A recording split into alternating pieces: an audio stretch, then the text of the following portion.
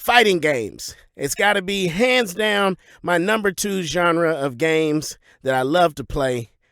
Everybody loves fighting games. You get to do the fisticuffs on your friends and family, settle disputes. It's great. It's wonderful. But one thing I always noticed with fighting games, they didn't seem to have a lot of diversity when it came to the characters. So today, I wanted to pick out some of my favorite black fighting game characters. So today is your top 9 black characters from fighting games. Big green like the Hulk, no lie. Superman through a cloud so high. Blowed Marvel up in the sky. That's I, Nerdy McFly. Bruce Wayne fresh, I'm that guy. Mastermind, catch your girlfriend's eye. Professor X-Men rolling all night. That's I, Nerdy McFly. Jax from Mortal Kombat. Some people are going to be upset seeing Jax so low on this list, and I get it. When it comes to fighting games, Mortal Kombat is one of the best known games, which would make Jax one of the most recognizable black fighting game characters ever. I agree with that assessment, which is why Jax even makes my list. Being the first 100% sure black playable character in the Mortal Kombat franchise, Jax is arguably the longest running black character in the fighting game franchise to this day. Personally though, I never cared for how Jax was presented character-wise. An extremely stereotypical strong black guy character, he reminded me more of Roadblock from the 1980s G.I. Joe cartoon. Recently though, NetherRealm Studios has done a real good job with trying to flesh out Jax as a character more, and if I ever revisit this list in the future, maybe Jax will have a higher place. But for right now, he's only number 9. Balrog from Street Fighter II. Balrog has been around since 1991, when he was introduced as one of the boss characters in the infamous Street Fighter II. While Balrog is not the first black fighting game character in a game, due to the popularity of the series he originates from, he is many people's first black character they had the opportunity to play. But here is where my ever so slight issue with Balrog comes from. Designed as a clear exaggerated caricature of boxer Mike Tyson, he's even named M. Bison originally in the Japan version of Street Fighter II to this very day. Balrog set the overused stereotypical blueprint of the brutish black man. Soon after the success of Street Fighter II, you saw hundreds of Balrog clones appearing in game after game.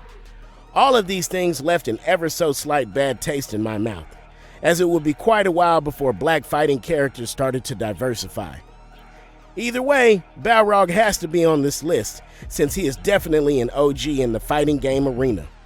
And while stereotypical, he did pave the way for more black characters to be introduced into the genre.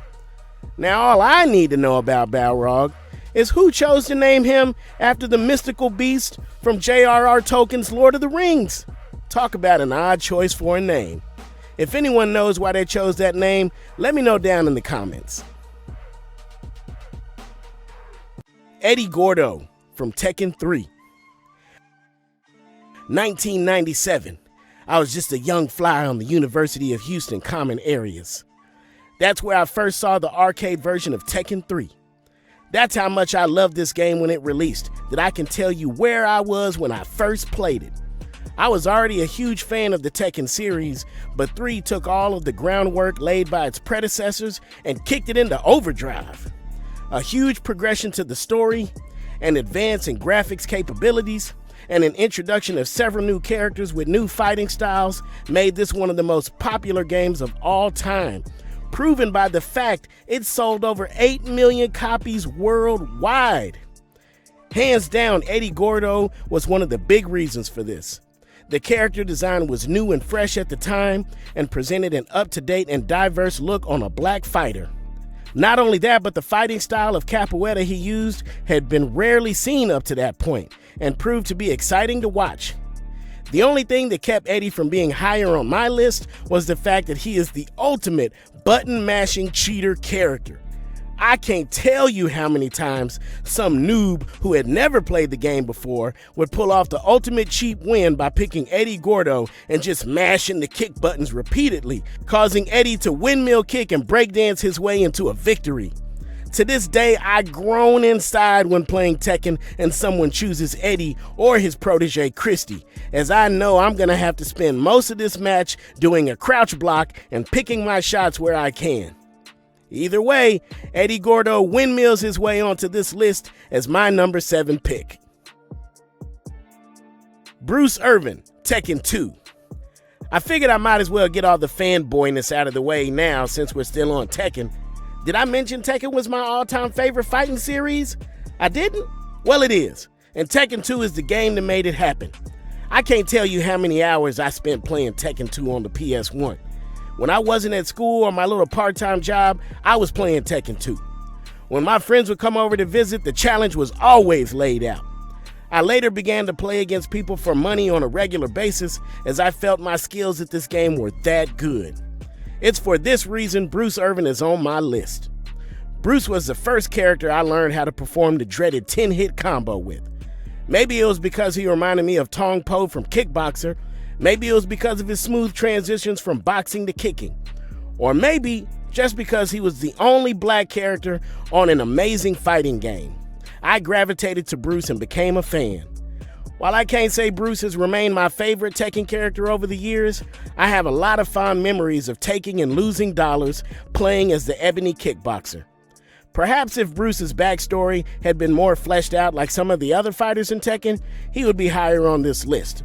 But it's due to this lack of background and story arc that leaves Bruce just at number 6.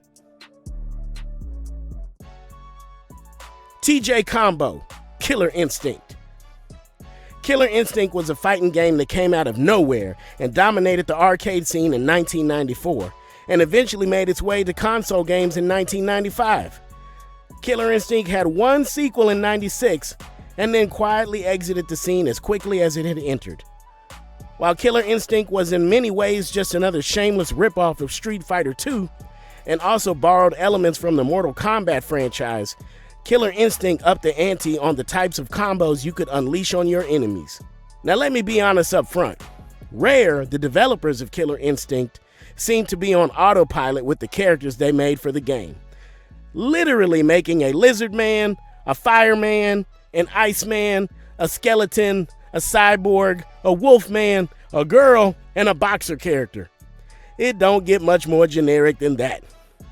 Even though the characters were generic, playing with them and learning how to pull off their various combos was amazing. Nothing felt better than pulling off an ultra combo, and all of the ultra combos there were, TJ's in my opinion was the best the game had to offer. Starting with a round of body shots, then to the speed bag combo to the head, and finished up with this devastating uppercut, watching TJ pull off his flurries of punches was never-ending fun. While severely lacking in storyline, none of the Killer Instinct characters had much when it came to arcs and motivations. But when it comes down to just enjoying giving someone a serious round of these hands, none was more fun than TJ Combo. Zack, Dead or Alive. Dead or Alive is an entertaining tag-based fighting game that put the majority of its focus on its buxom battling beauties. While most of the male characters in the game were more on the boring side, one man made sure to bring in more than enough excitement to make up for it. If you take the fashion sense and eccentricity of Dennis Rodman, the DJ skills and loud brashness of Little John, and finally mix in the fighting skills of Anderson Silva, out would pop Zack. Hands down, not many fighters from any fighting game could outstrange Zack, whether we're talking mannerisms or wardrobe choices. Zack had to be number 4. Soulcalibur, Soulcalibur. Soulcalibur has been one of my all-time favorite fighting games over the years, but I always did feel it was lacking any characters of the black or brown persuasion. Not that every game needs a black character, but for a game that's main storyline consists of fighters from all around the globe hunting down the powerful sword Soul Edge, it always made me wonder why not a single person of African ancestry was not in the hunt. Then Soulcalibur 3 introduced Soulcalibur, the scythe-wielding, magic-using Time Lord of Death. It was as if Soulcalibur was trying to make up for the years by introducing one of the most OP characters in the history of the franchise. Since then, Soulcalibur has played a pivotal character in the main ongoing storyline for the series, and has been uncovered as an immortal soul who can inhabit the body of just about any person he comes across, making him an unstoppable force, and hands down one of the most powerful black characters in all of fighting games.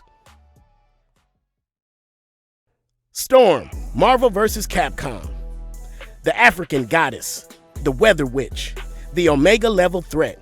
Storm easily earns a seat at the table for herself on this list.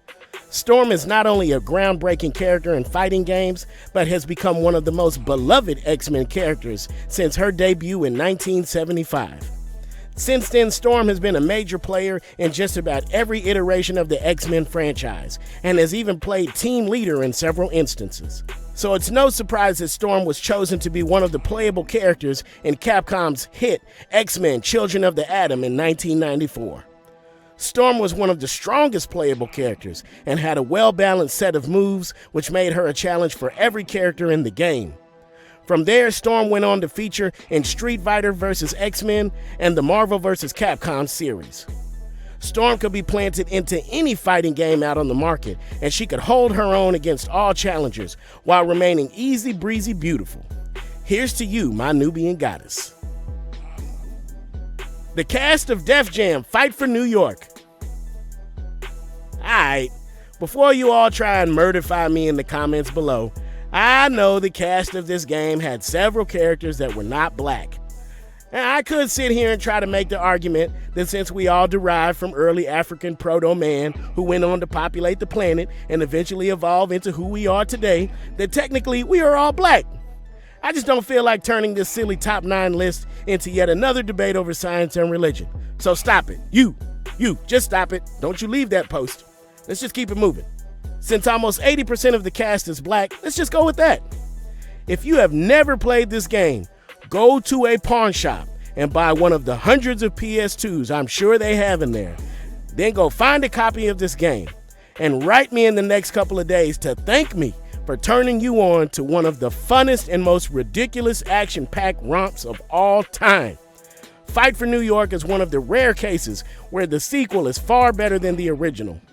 Many people forgot that this was the continuation of Def Jam Vendetta.